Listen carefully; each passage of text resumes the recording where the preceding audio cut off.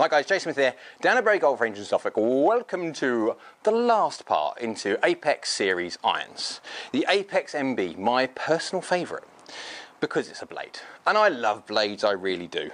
The feeling you get from a blade is second to nothing. Now we've just done all the other ones, and the Pro, although very similar in looks to the blade when it comes to the top lines and stuff like that, because it's hollow and because it's got tungsten in it, and because it's got microfiers in it, and because of the fact it's got an AI face.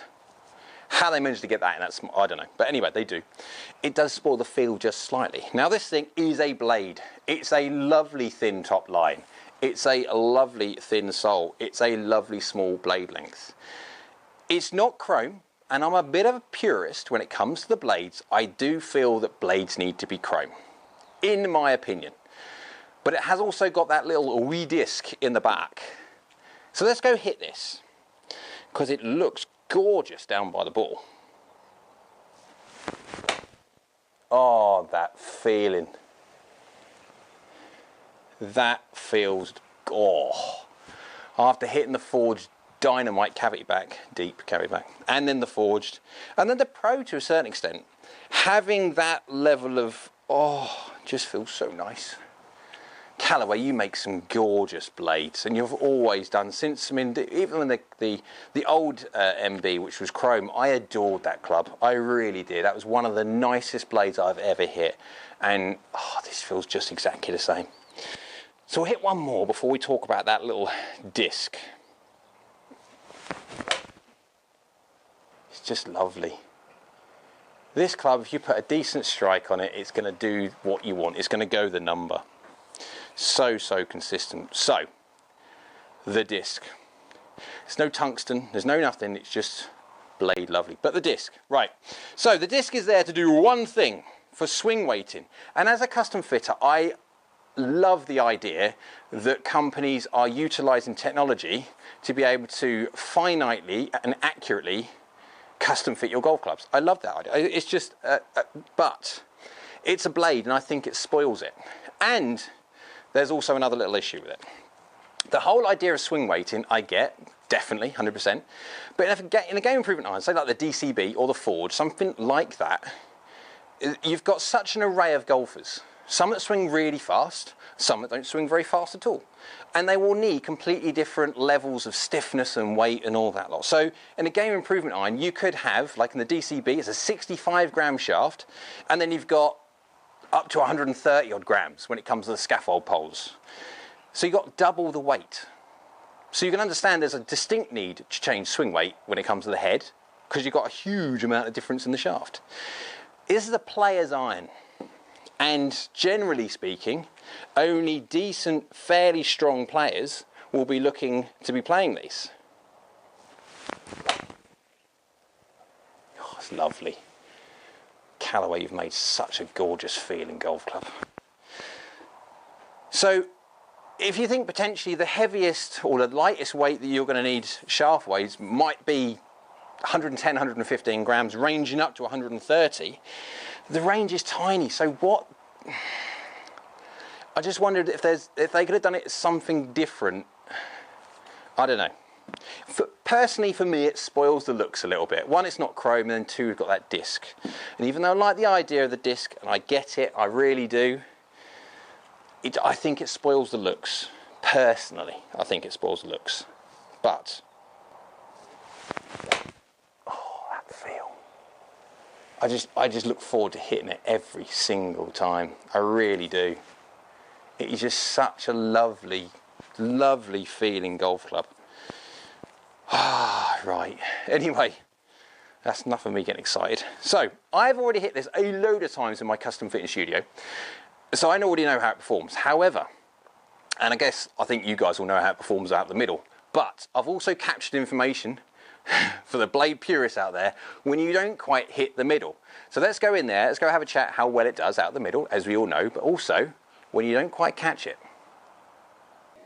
So guys, it's time now to see how the Apex MB got on when I hit it with premium golf balls, not range balls outside. So I hit this a load of times. Bear in mind, it is a blade. You do not get more bladey than this Apex MB. Well, you probably do in the blueprint there. That is a very, very small blade, but this, as blades go, is teeny weeny, but it looks lovely. So let's go by the ball data and let's go have a look at other shots that I did. I purposely mishit a few just so I could show you necessarily is a blade forgiving or not.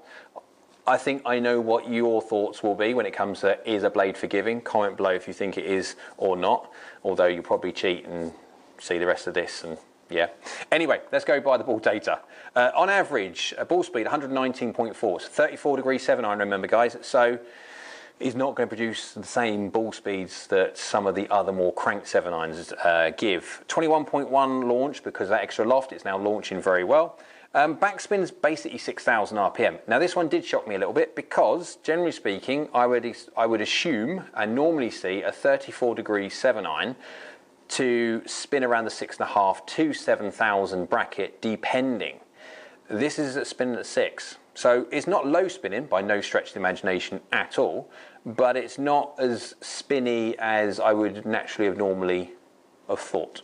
But when it's going at 38 yards in the air and descending at 50 degrees, you can't complain either way. So as a blade goes, it is going up and going up exceptionally well. It is doing a very, very good job of getting enough height, which generally speaking with blades, the way they're designed, the center of gravity being higher up, that's something that some people struggle with. I go 168 yards as well. So my 34 degree 7 iron goes around about 164. This is going 4 yards longer because of the spin. It's dropping the spin slightly, so it's going that fraction further. Let's look at the last one first. Well, first one first? The last one first as such. The last shot on the list first before we look at the forgiveness. 121 ball speed, but look at the peak distance, 43. So the last one there, I tried just to see how much headroom I have when it comes to hitting it up. So 38 average and getting that up at 43 from a blade, that is healthy. 52.5 degrees descent angle. That is going to stop on concrete greens. Well, maybe not concrete, you know what I mean. So let's go by ball data. On average, 92 miles an hour, 91.8. Efficiency 1.3. Again, the drop of efficiency now because of so much loft. Attack angle of 2.7, club half 0.5, face on average 1.9 close, and a lie of 2.1 down. These aren't quite custom fit for me. I would need to tweak these a couple of degrees. These are standard, arm a couple of degrees upright. And lofting of 29.4. That's the dynamic loft. My normal de-lofting is around about 4 degrees. They're 34 degree heads, so yeah, what's that, 4.6? Yeah, within reason. And 3 mil toe, 1 mil low. So again, as blades, you need to be hitting the middle to get the most out of it, and luckily I did.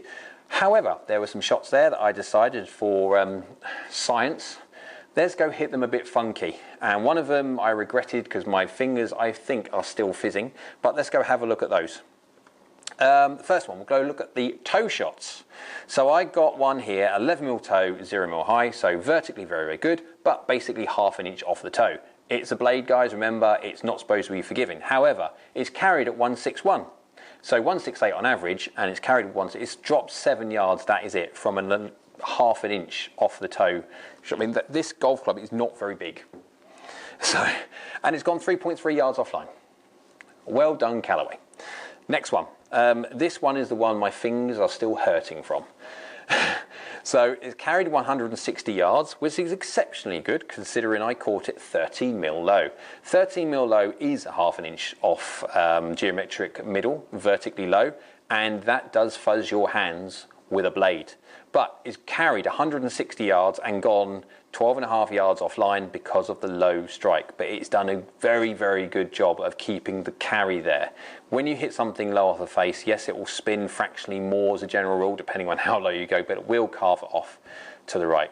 And delivery was 0.4, 0.8. So there you go. This is the one that surprised me the most. 161 yards carry, so dropping again only 7 yards. This was 6 mil high, 9 mil toe.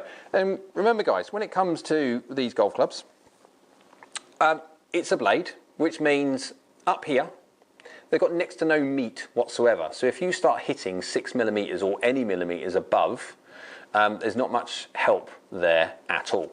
But it did exceptionally well. It's gone 161 yards carry, again, so obviously dropping 7 yards, but it's only gone 3.4 yards offline. Well done, Callaway. Honestly, if you were to look at, before we do just the compare screen, I can actually show you the dispersion rings.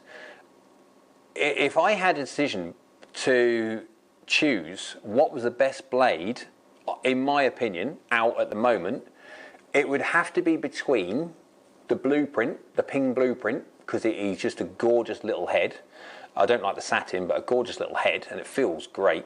The MP20, because of the copper underlay, that's really made it feel so much better now than the MP18 blade. And these, and the APEX MB, they are that good. So let's go have a quick look at the compare screen, and yeah, we can have a look at the club head date. I mean, that I've just said that, but look, my important bit here is look at the dispersion ring. That is lovely shaped. What I don't want to see, I don't want to see roundness. Any good golfer, or any golfer, but any good golfer wants a good control over front to back dispersion. Everyone accept, or they should accept, if you're you've just started the game, or you're a very high handicapper, and then you're a PGA Tour player, they both miss left and right. They both do that. So one will miss less left and right, but left and right misses is the golfer. What you want to see though for control is good distance front to back, and that is the shape I want to see. If you look, we go back to the ball data, they're all consistency until I hit a miss, which again, I'm human, and we're obviously doing this for experimental purposes, so hitting purposeful nasty ones, which seems weird. But a lot of them are all going the same number, all the same number, all the same number. It is just such a consistent, lovely wedge. I'm not, blade, I'm not a fan of that in the middle. I know why they do that. And it's a good point, because obviously it's for swing weighting, etc. But yeah, I have my reservations on that idea anyway. But I just feel it spoils the look of what potentially should be, in my opinion, a very clean lined blade. And I prefer the chrome that they did in the old one. But again, that's all subjective. Performance, I cannot complain at all. Feel, I cannot complain at all. It is one of the nicest blades I've ever hit. Looks, again, are subjective. So anyway, hope you liked the video. If you did, give the old like button below. Next to it, little red button, subscribe. If you can click that one, that'd be great. Next to it also, little bell icon. If you click that one, that'll let you know next time I upload another video. So I hope you will, and we'll see you again soon.